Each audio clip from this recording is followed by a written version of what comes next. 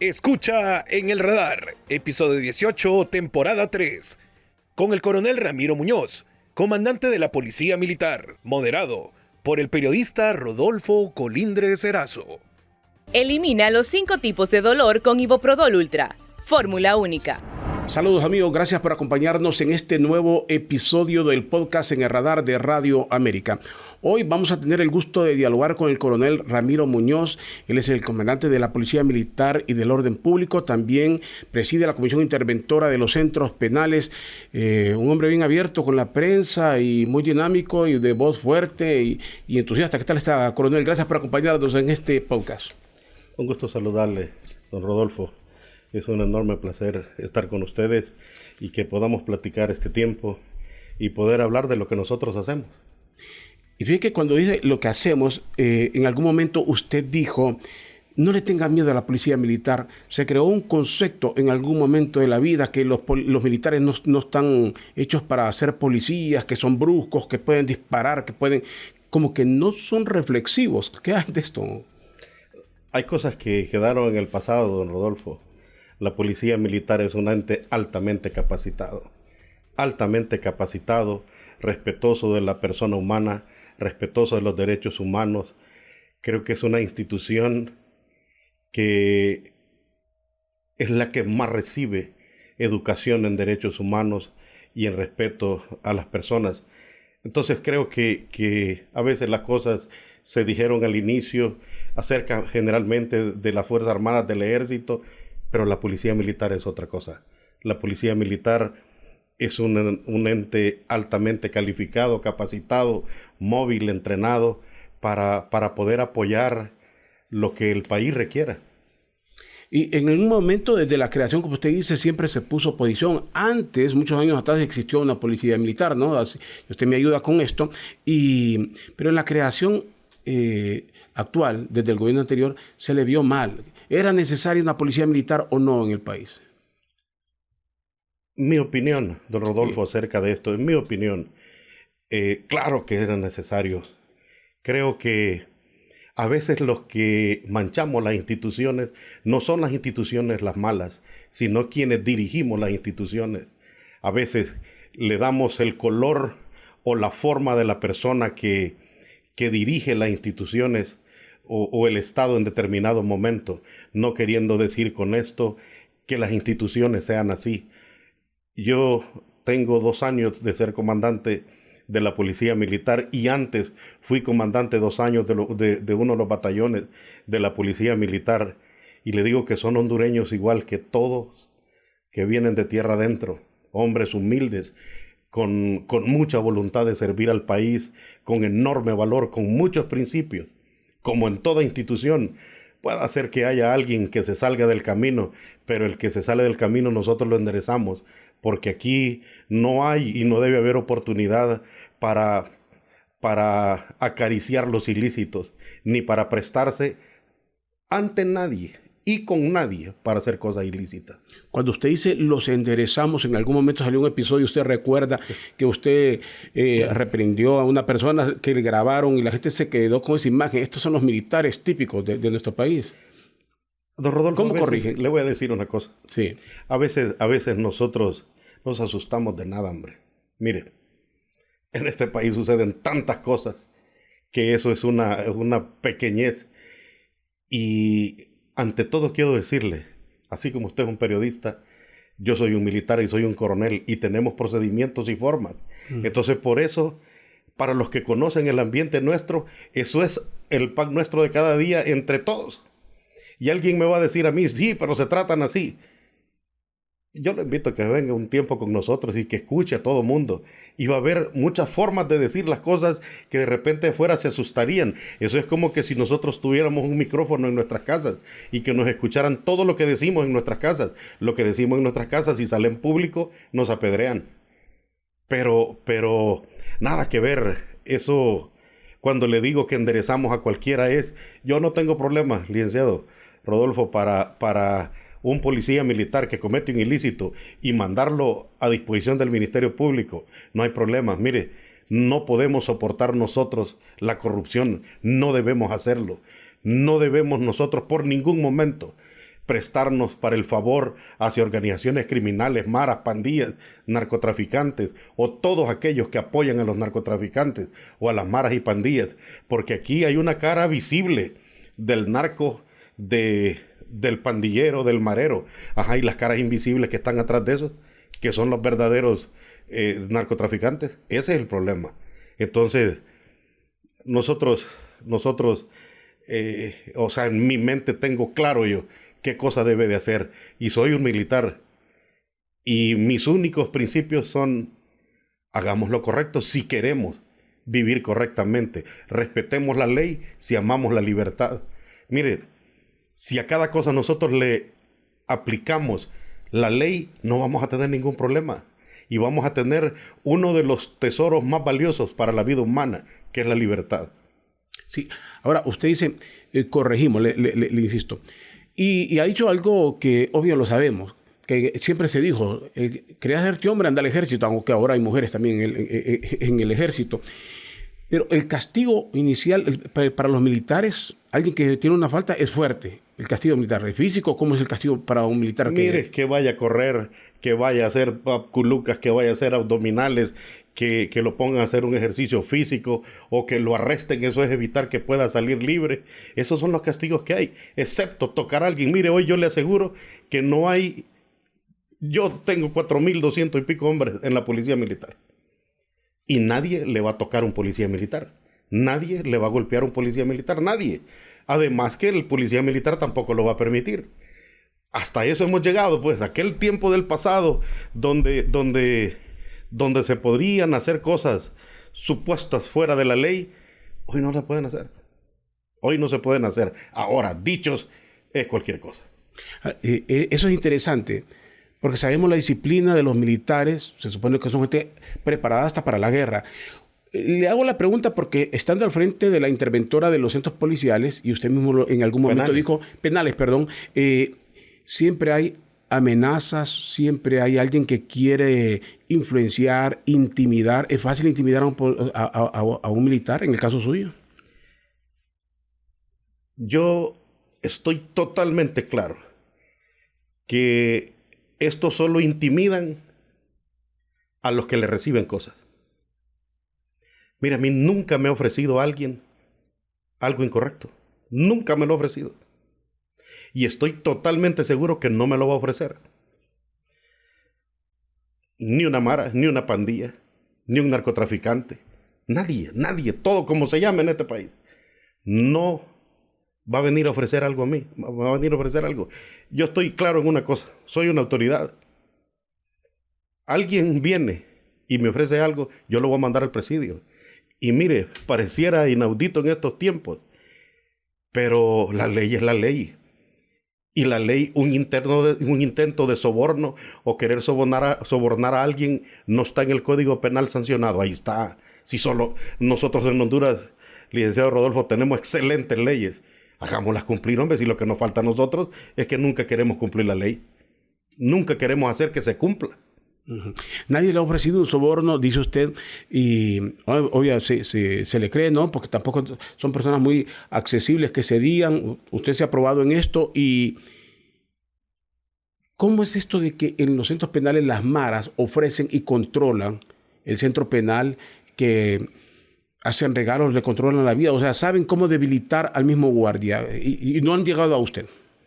Yo creo que pueda darse un caso extremo allá donde un policía militar reciba algo. Ya lo hemos puesto a las órdenes de los tribunales y yo les he dicho claro, policía militar, si a una pandilla o a una mara o a un narcotraficante le recibió algo, mándelo al Ministerio Público y cuando lo manden procesado, métanlo en las mismas celdas donde están los mismos compañeros a quien les quería hacer el favor. ¿Por qué? Don Rodolfo, yo soy un coronel con este uniforme que me da mi país, pagados con los impuestos de un pueblo. No me lo dan para que participe con congregaciones criminales. Yo soy un coronel. Si yo le hago un favor a un miembro del crimen organizado, yo no soy el coronel Muñoz. Yo soy un vago vestido con uniforme de coronel, prestándome para servir a organizaciones criminales de este país. Y esa es una realidad. No debería de llamarse, no debería tener el más mínimo respeto, ni el más soldado más humilde de este país, ya sea desde el soldado hasta el último general de este país, que se meta con el crimen organizado. No debería tener ningún valor, ni siquiera una orden de él. Eso es simple. ¿Por qué?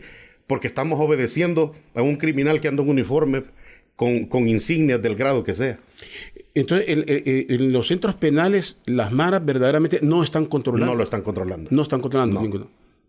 No lo están controlando. ¿Qué diferencia establecería usted? Son horribles las comparaciones, pero mucha gente dice en El Salvador las cárceles sí se aplica y tienen dudas de que aquí se esté dando resultados similares a El Salvador. Es que nunca hemos pretendido, licenciado Rodolfo, nunca he pretendido yo, por ejemplo, compararme con El Salvador. Ni quiero hacer lo que hace el país vecino, no quiero hacerlo. Nosotros debemos de tener la propia identidad nuestra y hacer las cosas a la manera y a las regulaciones legales que nosotros tenemos. La regulación legal del país vecino no es la misma de nosotros. Por consiguiente, no podemos intentar ni siquiera parecernos. Lo que pasa es que a veces se miran acciones que son típicas de militares. Y los militares generalmente tenemos una misma doctrina casi en todos los países del mundo. Entonces usted mira actuaciones parecidas, pero no quiere decir que estemos haciendo lo que hace un vecino. Para mí, por ejemplo, a mí sería ofensivo que a mí me digan que haga lo que está haciendo otro. Nosotros tenemos que tener una identidad y hay una manera de hacer las cosas. Estarle copiando al de afuera, yo creo que no es un buen futuro para nosotros. Mire, licenciado, todo lo que se sale de la ley, mañana o pasado tiene su repercusión. Todo lo que se sale de la ley. Entonces yo lo único que digo es, quien creó la ley, pensó en el tiempo pasado, en el tiempo presente y en el futuro, para mantener en libertad a los hombres y para juzgar a quienes lo violenten, quien sea que lo haga. Entonces, yo puedo hacer algo que se mire aparentemente bien, pero si estoy violentando la ley. ¿Qué centro penal? Yo sé que una cárcel es una cárcel, ¿no? Pero ¿cuál es el más difícil en Honduras? Támara. Támara es el más difícil. Támara por la cantidad, por el tipo de privado de libertad que tiene y por la cantidad de privados de libertad que tiene. Uno, eso. Y el lugar donde está ubicado, por ejemplo. Entonces, hay una combinación de muchos privados de libertad. Si usted mira La Tolva, solo hay pandilleros. De la pandilla 18. Si usted mira Ilama, solo hay MS, con un comportamiento parecido entre todos. Pero si va a Támara, usted mira una cárcel de máxima que está metida ahí adentro.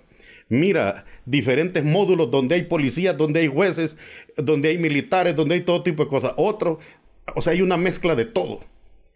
Pero eso no quiere decir que eso vaya a ser un problema.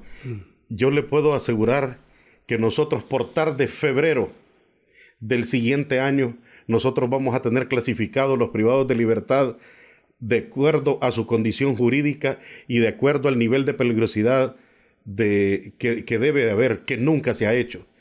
Hoy no hay gobierno de privados de libertad en los centros penales, licenciado. Y yo sé que es difícil de creer porque estamos totalmente acostumbrados a lo que ya pasó. Y hacemos de lo que ya pasó una ley. Y querer mostrar una cara diferente pareciera mentira. Pero yo por eso he abierto las puertas a los medios de comunicación, a derechos humanos y al ciudadano que quiera ir y que hable con el privado de libertad. Que miren a ver si es cierto. Porque, ¿por qué necesitamos mentir? ¿Por qué vamos a necesitar engañar a un pueblo? Yo no quiero ser político, ni me interesa. Entonces solo estamos cumpliendo una tarea por Honduras y que pretendemos que tenga un resultado bueno. Y en Támara, ¿qué es lo recomendable? Usted dice que para febrero del próximo año usted va a tener un control, una clasificación. ¿Es necesario reducirla? ¿Es necesario...? Claro, porque ha habido un hacinamiento. Ajá. Hasta ahorita, mire desde cuándo fue creado, por ejemplo. Támara creo que fue creado para 2,000 privados de libertad y tiene 5,000 y pico. Entonces, ese tipo de cosas, eso uno. Dos, metiendo el que se robó una gallina contra el que mató 20 personas.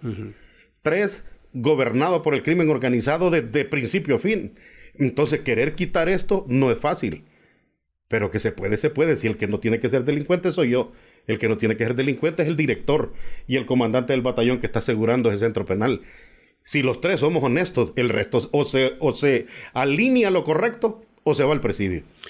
¿Qué ha cambiado en esto que denunció la doctora Yulisa Villanueva de los negocios que se dice que desde la torta. Todo lo que se vende y constituye un negocio. Y como es negocio, hay mafia para mantener ese negocio. ¿Cuántos negocios hay o qué se controla de todo lo que se vende? Le voy a poner un ejemplo.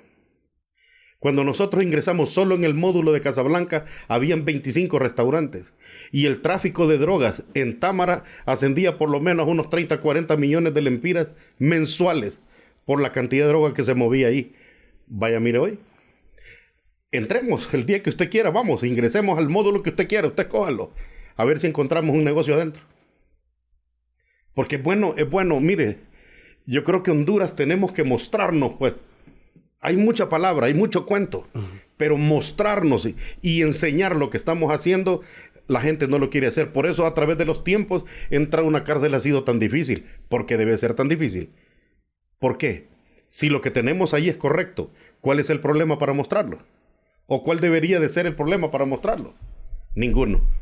Claro, usted entiende, yo creo que usted, y lo señaló, ¿no? Tantas veces se ha hecho lo mismo, tantas intervenciones, claro, tantos directores que han pasado que hoy la gente no cree en nadie. Así es. Cree que es uno más que esté en la institución. Eso es lo que, esa ley, esa costumbre hace ley. Pero hoy yo invito a que cualquier persona que se le violente un derecho o que haya un empleado del Instituto Nacional Penitenciario que le cobre un 5, que nos lo haga saber a través de las redes y los canales que hay para el INP y que nos diga, tal abogado en tal tiempo nos cobró algo, a ver si es cierto. ¿Cómo es posible que para que salga un privado de libertad por una evaluación económica, por un examen psicológico, tenía que pagar porque todo era corrupción? 1, 2. Que me digan qué privado de libertad se mueve de un punto a otro sin que haya una responsabilidad mía en eso. Yo soy el responsable. El problema de nosotros es que para nosotros es fácil echar las culpas. Pero ¿y cuando nosotros somos los responsables? En ese instituto no hay nadie más responsable que su servidor. Entonces, un director, un agente, un PM violenta la ley, ¿quién es el responsable de aplicarle la ley? No es su servidor. Entonces, ¿qué es lo que pasa? ¿Por qué no se le aplica? No se le aplico si yo soy otro igual que él. O que sé que ese muchacho me va a ir a denunciar por estar haciendo actos incorrectos, al igual que lo que él está haciendo. Pero si no lo hacemos, no tenemos toda la autoridad para hacer lo correcto. Tenemos toda la autoridad. Y creo... Elimina los 5 tipos de dolor con Iboprodol Ultra. Fórmula única. Que el sistema penitenciario de Honduras dentro de muy poco tiempo va a ser un ejemplo, no solo para Honduras, sino para otros países que tienen esta problemática. No vaya a creer que solo Honduras tenía esto. Muchos tienen esto. Lo que pasa es que un incidente destapó todo lo que había. Espérese que un incidente pase en cualquier otro de los países y va a ver usted. ¿Cuáles son los privilegios que puede tener no sé si la palabra cabe, privilegios? ¿Cómo debe estar un reo según el delito que ha cometido? Le pregunto, ¿debe tener televisor? ¿Debe tener visitas? ¿Cómo debe ser? ¿O el castigo cómo debe ser? ¿O el encierro, por ser más directo, cómo debe ser de acuerdo al reo? Lógicamente, si por ejemplo está en máxima, no tiene televisor y no tiene nada. Están en una celda y se sacan 1 o 2 horas para que les pegue el sol y que caminen un poco y se vuelven a encerrar, en caso de máxima. En caso de otro privado de libertad, tienen derecho a tener un televisor grande, común para todos. Nosotros sacamos 900 televisores de Támara. Nosotros sacamos 700 refrigeradoras, 700 micros. O sea, cada quien era... Habían tiendas adentro, habían mini mercados adentro de Támara. La comida que se le daba al privado de libertad, la agarraban los líderes, la metían en su restaurante y le vendían eso al privado de libertad. Hoy yo le digo a cada director, ojalá encuentre un privado de libertad en un lugar vendiéndole un lugar donde dormir a otro. Casablanca había un lugar donde decían que nadie podía sacar un privado de libertad de ahí, porque él gobernaba. Vaya, mírelo la tolva como está con todos los que lo protegían. Allá están y allí van a seguir. ¿Por qué? Porque ¿por qué le tienen que cobrar a alguien por su comida? ¿Por qué le tienen que cobrar por donde duerma? Son vicios que teníamos que terminarlos. Y cuando tienen ese televisor que dice usted, común para todos. ¿Quién determina lo que miran y lo que no? Porque ponerse de acuerdo entre un ejército es difícil. ¿Qué determina qué programa se puede ver y qué no? Hay una memoria. Hay memorias donde hay o música o películas y eso es lo que se pone porque ahí no hay señal de nada. Y películas no son violentas, nada de eso, ¿o sí? O lo que sea. No sé, no he ido tan ahí, pero el director debe de ser el responsable de ver qué películas mira el privado de libertad. Sí, y le decía porque las películas tienen tanta imaginación, y aquí se habla, y están las narcoseries, está de todo, y aquí se habla, y la doctora Yulisa Villanueva ha dicho, y que le ha dicho a usted, tenga cuidado, que siguen existiendo los túneles. ¿Existen o no existen túneles en las cárceles? Existieron. No hay ninguno. Estoy 100% seguro que no lo hay. Y yo le abro las puertas a todo el que quiera, incluyendo la viceministra. Véngase. Ya no nos conocemos y no tenemos ningún tipo de problemas en la comunicación. Véngase y muéstreme uno. Busque la gente con que estaba, que tenían inteligencia y dígame dónde está uno. Lo vamos a encontrar tapado, sellado. Pero hoy no hay ninguno. ¿Por qué un privado de libertad? Licenciado, la única manera que un privado de libertad salga es porque es cómplice del director y de las autoridades que están en el centro penal. Eso es simple. Hoy hay un coronel de director. Hay un coronel que es el comandante del batallón que asegura ese lugar. Y hay otro teniente coronel que es el encargado de supervisar y de verificar lo que cada persona ingresa. Entonces, ¿nos vamos a prestar para eso? Por eso está dividida. La autoridad no la tiene uno solo. El director no va a decir, sáquenme a este privado y llévenselo para tal lado. Ajá, ¿y el comandante del batallón? ¿Cómo? Entonces, por más que si queremos actuar nosotros de manera decente, se puede, hombre. Y cuando hacen las requisas, que aparece en algún teléfono, aparece un artefacto ahí que no debería estar, sabemos que el que esté encerrado va a ingeniarse y el que lo visita es el que le colabora. ¿Cómo entran esas cosas a los centros penales? Todos los fines de semana estamos agarrando personas y como las cárceles la mayoría son de varones, 23 de las 24 son de varones. Va a ver usted que todos los fines de semana va gente al presidio porque en las chancletas, en los zapatos, en sus genitales, donde sea, quieren ingresar drogas, teléfonos o cualquier tipo de comunicación ilegal. Y mire, licenciado, yo le voy a decir una cosa. Lo único infalible es Dios. Donde haya nombres siempre se va a cometer algún tipo de ilícito, pero no va a ser la generalidad. No va a ser la generalidad. Y algún oficial, algún policía militar, algún agente penitenciario puede hacernos una delincuencia un día y nos las puede hacer el siguiente día. Pero yo le aseguro que mañana o pasado va a caer. Bueno, eso es como cuando se dio el caso del señor Magdaleno Mesa, ampliamente conocido en nuestro país. Sí. Obvio, esa acción tuvo toda la complicidad de la autoridad, ¿no? Así de claro. Así de claro. Si no hay complicidad de la autoridad, no se da. Yo estuve encargado mucho tiempo de ese centro penal. Nunca, primero un director no iba a pasar él solo como entró el director que fue a abrirle la puerta. Número 1. Número 2, si va a haber un módulo, no va a abrir la puerta de otro módulo. Esa perfecta comunicación estaba claro por quién es planificado. Entonces aquí el pueblo hondureño ya no es ignorante, licenciado. Aquí a los delincuentes pongámosle delincuente y a los decentes pongámosle decente para que identifiquemos la cosa. Entonces está claro. El crimen organizado se mete allí. ¿Y quién tenía interés en hacer esas cosas? El que tenía interés él lo hizo. Ahora, hay algo en esto de los centros penales que esté en el ambiente. Nadie quiere tener una cárcel cerca. Todo el mundo asume que si le construyen una cárcel cercana y le llevaron el peligro, le llevaron la desgracia, las comunidades se vuelven inseguras. Y hay una oposición, la cárcel de Mocorón, ahí donde se anuncia una cárcel hay un problema. ¿Tiene que tener temor la población o debe de eliminar ese temor? Yo por eso les decía la vez pasada, tenemos que tener las cárceles fuera de las poblaciones. ¿Por qué? No vamos a negar porque el que me diga a mí lo contrario, que me lo diga, pues a ver si somos párvulos en esto nosotros. Si construimos una cárcel en Santana, dentro de 6 meses, todos los negocios que están de aquí a Santana van a estar comprados por organizaciones criminales. Los terrenos que están en la ruta van a ser comprados por organizaciones criminales. Entonces, lógicamente, la construcción de una cárcel lleva a la criminalidad. Y eso, ¿cómo lo evitamos? Todas las prisiones deben de estar alejadas de la población, lejos de la población. Es más evidente, queda más en evidencia si alguien está comprando terrenos o construyendo algo. Claro que sí. Mire, hoy ¿qué hacemos? Nosotros tenemos en Ilama una organización criminal y en La Tolva, en Moroselí, otro.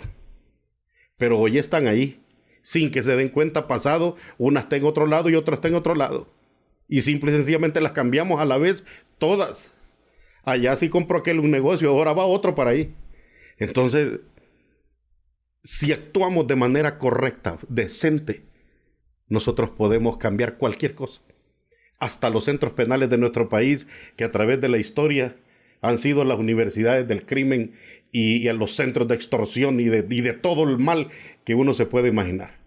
Entonces, a veces nosotros no valoramos qué ha pasado en Honduras. Porque primero nosotros somos militares, nosotros no andamos haciendo política con lo que hacemos allá adentro. Pero mire si hay alguna tirazón en un centro penal. Mire a ver si dos organizaciones criminales se agarran. Mire a ver si están los negocios. Mire a ver si el tráfico de drogas. Yo no voy a negar que puede pasar alguien con su marihuana. Aquí el que diga que esto es infalible está equivocado. Porque está tratando con los criminales del país. Puede ser que más de algún decente esté ahí. Disculpen ellos por eso, si hay alguno decente. Pero si está ahí es porque se ha acusado de algún ilícito. Entonces no podemos decir que algo no se puede dar. Pero si las autoridades, el problema de nuestro país son las autoridades. El problema de nuestro país es cuando se presta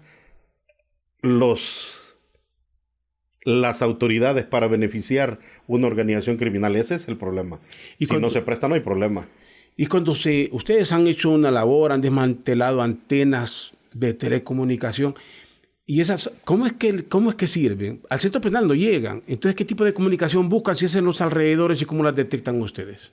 Es que tenemos que buscarlas porque ya sabemos los aproximados, las distancias aproximadas donde pueden colocar antenas receptoras o emisoras de señal hacia el centro penal. Tiene que haber un teléfono para recibir una señal, tiene que haber un teléfono adentro. Nosotros hemos quitado, no se imaginan la infinidad de teléfonos, que un solo teléfono, no sé el nombre, ahí tiene un nombre extraño, un solo teléfono le puede proporcionar señal a 50 teléfonos más con una antena. Con un teléfono, pasarle a 50 privados de libertad que puedan tener su teléfono, le pagan señal y así venden el minuto, lo que sea, si nosotros no tenemos control. Entonces, esa es la lucha de todos los días. Aquí no vamos a decir nosotros ya está limpio de esto. Ya está limpio hoy y mañana. Y si tienen todo el dinero para comprar la cantidad de antenas que sea. Ok, ustedes decomisan un teléfono. Estoy citando un ejemplo. Ustedes decomisan un teléfono. Y usted, bueno, ¿cómo entró? ¿Se quedan con el decomiso o dicen cómo entró? ¿Cuándo entró? Tuvo que pasar por un portón. Se supone que revisan a quién entra. O sea, para que pase el teléfono, tuvo que haber alguien que lo dejó pasar. ¿Cómo investigan? ¿O es difícil? No, es difícil. Si es que los ilícitos que entran tienen un nombre y un apellido. ¿Quién los pasó? El preso no. Los pasó una autoridad a cambio de dinero. Entonces, mire, estamos tratando nosotros de ir tecnificando esto. Donde usted tenga una cámara 24/7 enfrente. Donde hayan escáneres, porque ¿qué es lo que pasa? Hemos estado en un estado tan arcaico en las cárceles que está revisando manualmente a las personas que ingresan. Es terrible, pues. Hasta hoy nosotros estamos adquiriendo los escáneres para que en un escáner podamos ingresar un ciudadano ahí y que pueda ser visto si no tiene algo ilegal. Entonces, esto es algo con lo que hay que luchar todos los días. Sí. Usted dijo en algún momento que había que revisar, o usted sugiere bajar la edad punible. Eso siempre se ha hablado. Y siempre salen quienes dicen que eso es violatorio. Pero es que hay mucho menor que, como es conquistado, entendemos, por el crimen organizado, no te pasa nada, sos menor, vas a salir libre. Usted me insiste, ¿a qué edad debe bajarse la edad punible? Fíjese, licenciado Colindres, que esto... Nosotros optamos hoy ya no por esa temática, porque sí, como miramos nosotros tanta oposición a esto, pero nosotros, y en fechas pasadas, el Consejo de Defensa y Seguridad planteaba poder hacer algunas enmiendas al Código Penal y al Código Procesal Penal, donde las organizaciones criminales, llámese maras, pandillas, narcotraficantes y todo aquello que cause el terror, que puedan ser tomados como terrorismo. Si nosotros logramos hacer esto, eso es, Fernando Muñoz, dices, por la experiencia de ser comandante de la Policía Militar, por lo que hemos visto. 6 meses y usted ve el país en paz y tranquilo. Entonces, pienso que se le debería poner atención, pero de igual manera soy respetuoso de los diferentes poderes del Estado, que cada quien se plantea y si lo ven correcto, que se acepte y si no, no. Sí, unas 2 cosas más. Es muy novelesco, muy de película eso que dicen gente, es que en drones llevan las cosas y las tiran. ¿No hay algo que detecte que efectivamente que con la tecnología por medio de un dron puedan introducir cosas a un presidio? Mire, que se ha dado, se ha dado. ¿Pero hay detectores o no? No tenemos detectores para eso. Pero le voy a decir una cosa, eso tal vez se dé una vez allá en el tiempo. Los que a través de los tiempos han ingresado todo lo ilícito que están ahí han sido los agentes encargados, los directores, los subdirectores, los encargados de los registros en los centros penales. Eso es cuánto ha costado, por ejemplo, el ingreso de una pistola, 350,000, 400,000 lempiras. Es tentador para cualquier persona. ¿Cuánto cuesta ingresar un fusil? ¿Cuánto cuesta ingresar un teléfono? ¿Cuánto cuesta ingresar cocaína, marihuana? O sea, allí se conjugan todos los males. Ese es el hecho que nosotros no queríamos tener 2 organizaciones juntas. Porque si solo está una, ¿de quién se está cuidando? ¿Para qué quiere armas? ¿Cuál es el problema? Sí. Coronel, ¿es el trabajo más complicado para usted? ¿Le emociona o es un reto demasiado fuerte con grandes riesgos hacia el futuro? El problema aquí no son las maras, las pandillas, ni los narcotraficantes, sino quienes los protegen y quienes los ayudan. De esos son los que hay que cuidarse. De los que hacen el papel de decente afuera y son los que colaboran para ayudarles. Ese es el problema. Yo he entendido que hasta los mismos delincuentes tienen códigos de ética, hasta los mismos delincuentes. Yo no le voy a tocar un lempira o la droga o lo que sea a una organización criminal. Yo no lo voy a tocar. Pero jamás me imaginé que hacer lo correcto sea tan difícil. Jamás me lo imaginé. ¿Temores? Yo creo que si la población empieza a ver que los militares o el que tienen al frente tiene temor, entonces ya aquí ya no hay esperanza en nada. Aquí ya no tenemos esperanza, porque si el militar va a ir allí y va con miedo, ¿a qué va? Usted dice que no ha recibido ninguna tentación, pero si hay autoridades, a alguien de forma disimulada le ha tratado, digamos, del mismo, porque el crimen organizado ha penetrado todo, ¿sí? Dentro de las mismas Fuerzas Armadas o de algún político. ¿Le ha sugerido algo? Mire, no hay una organización en este país que no haya sido infiltrada por el crimen organizado. No hay una. No hay una. Sino que me diga alguien que estoy diciendo una mentira. Sí. Entonces, lógicamente, hacer lo correcto no es fácil. Y querer mantenerse haciendo lo correcto no es fácil. Entonces es más fácil decir, bueno, vamos a prescindir de los servicios de esto y pongamos uno acorde a lo que queremos. Pero cuando usted me dice que no es fácil, me está diciendo con eso de que sí hay algún tipo de... Alguien trata de... Claro, claro, todo el que está a favor de eso busca la manera de cómo hacer llegar a nosotros la manera de querer hacer algo. Solo que yo no le voy a complacer a nadie. Mire, yo siempre he dicho una cosa. ¿Quién quiere estos cargos? ¿Usted cree que yo quiero? Yo cumplo una orden. Pero de querer.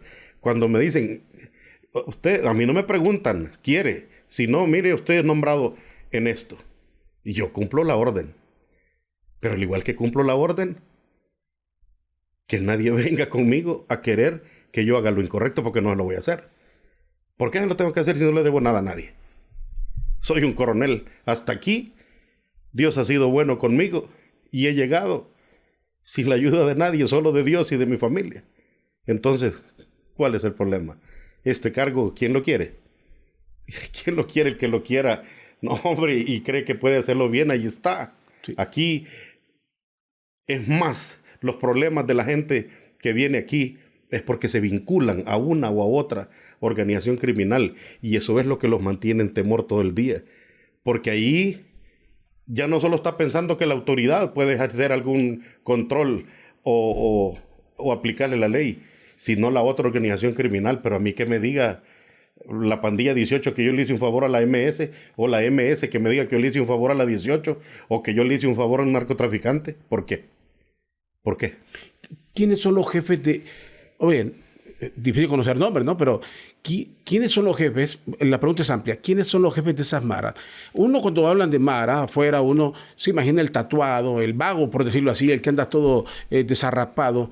¿O es que los jefes son, como se dice, están en el jet set, bien vestidos, los puede ver en reuniones sociales, y esos son los que dirigen el crimen organizado en nuestro país? Así es.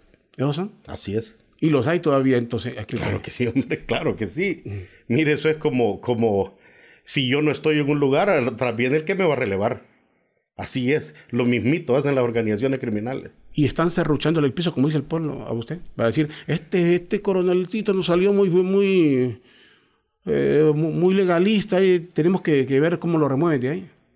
Bueno, que lo hagan. Que lo hagan. Mire, yo siempre he creído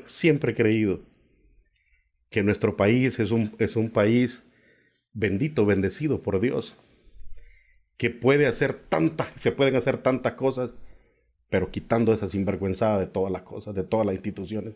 Quitemos eso y este país va a florecer, pero corriendo, porque tiene tanta riqueza, pero quien lo empobrece somos nosotros mismos, prestándonos para cosas ilícitas y prestándonos para cosas que no deben ser. Sí, concluyo acá. ¿Su familia cómo se siente con esto? Oye, no le digo que les ponga, pero se supone que la organización criminal sabe quién es usted, pero va a buscar quién es el familiar, quién es allá. ¿Se siente segura, gente cómoda? ¿Usted se preocupa por ellos? ¿Tiene que sacarlo al extranjero? ¿Cómo se siente su familia con esto, con esa responsabilidad que tiene usted? Mire, a través de los tiempos, todas las personas que vienen de aquí después están pidiendo, mándenme al extranjero. Yo le voy a decir una cosa. Yo lo único que he hecho es aplicarle la ley a todo el mundo. Yo no le debo nada a ninguna organización criminal. Lógicamente, tenemos las medidas de seguridad, al igual que mi familia. Tenemos las medidas de seguridad porque es una obligación poder hacerlo. Entonces, aunque es tremendo subirse en una olla blindada, una camioneta blindada que la gente cree que es un lujo, es una pesadilla. Mire, es una pesadilla que usted ande con un conductor y una seguridad 24/7. A nadie le va a agradar esto. Pero, este es mi país. Este es mi país. El que debe vivir es el delincuente. ¿Yo por qué? Usted no lo contempla, entonces, que el día que salga de ahí, decir, manden a una embajada, a un consulado. A nadie le voy a pedir eso yo. A nadie le voy a pedir eso yo. ¿Por qué? ¿Por qué? Mire, yo no le debo nada a nadie. Yo solo he trabajado para las Fuerzas Armadas, para mi país, y eso es todo. ¿Por qué le voy a estar diciendo a alguien, mándeme para aquí o mándeme para allá? ¿Cómo? ¿De dónde? Entonces, yo no, ni pretendo hacer algo como eso. Coronel, le agradezco mucho conocerlo un poco y que la gente escuche de viva voz la generalidad de lo que sucede y esa responsabilidad tan grande que tiene. Gracias por acompañarnos en este podcast. Fue un gusto para mí. Gracias. El coronel Ramiro Muñoz es el director es el comandante de la Policía Militar y del Orden Público. También es el presidente de la Comisión Interventora de los Centros Penales. Nos acompañó en este episodio del podcast en el radar de Radio América. Gracias. Los invito al próximo episodio. Elimina los 5 tipos de dolor con Iboprodol Ultra. Fórmula única. Encuéntranos como Podcast Radio América HN en Spotify, Deezer, Apple Podcasts y en nuestra página www.radioamerica.hn.